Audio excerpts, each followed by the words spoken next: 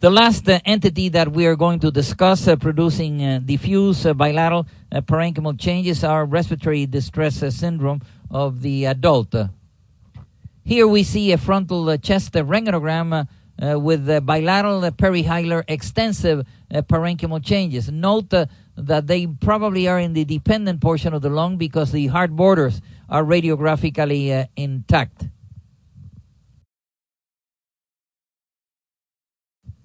ARDS can be acute, severe, and progressive distress will be observed. The patients are usually hypoxemia that often are unresponsive to oxygen administration. There is an increase in the stiffness of the lungs that leads to acute respiratory failure. And radiographically, as we have described, diffuse lung opacities will be seen. The CT findings in a patient with acute respiratory distress syndrome vary. We note irregular infiltrates, some cystic areas, areas of consolidation, and there may or may not be vascular engorgement.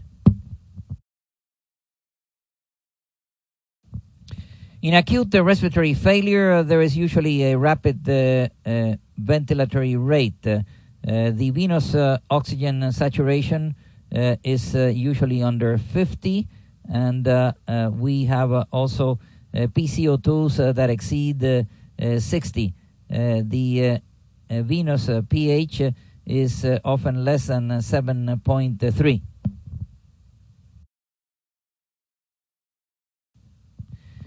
There are three stages that have been described in adult respiratory distress syndrome.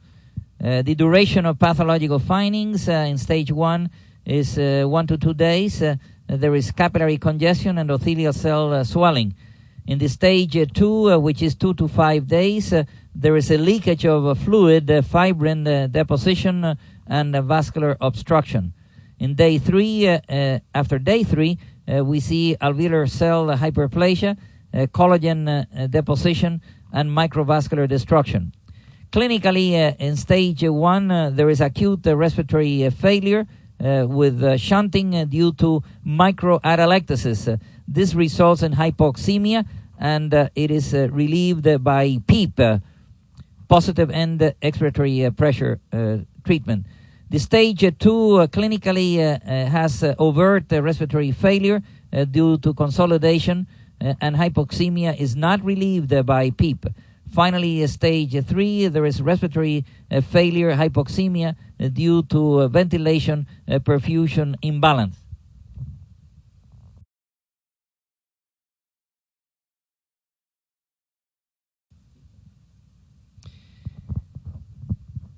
The characteristics of stages 1, 2, and 3 from the standpoint of radiographic appearance is that in stage 1, we note preserved lung volumes, and the lungs may be clear or relatively clear.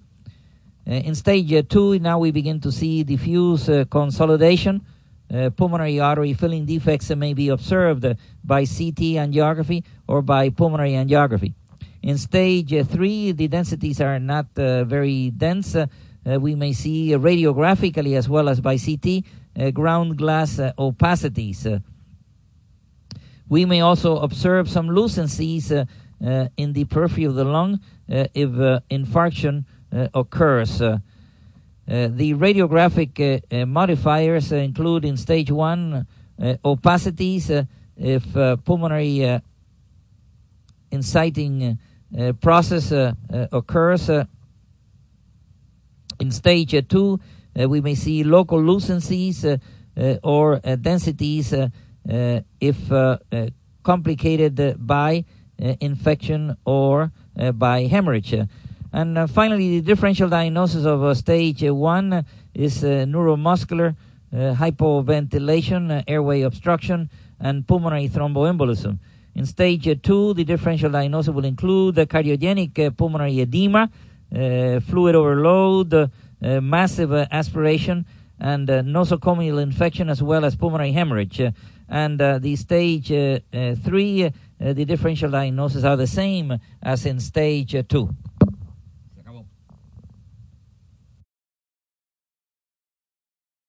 High power microscopic section of the lung revealed alveoli filled with the eosinophilic material, thickening of the alveolar capillary wall, and round cell infiltration with hypertrophy and hyperplasia of macrophages in the thick side of the alveolar septum.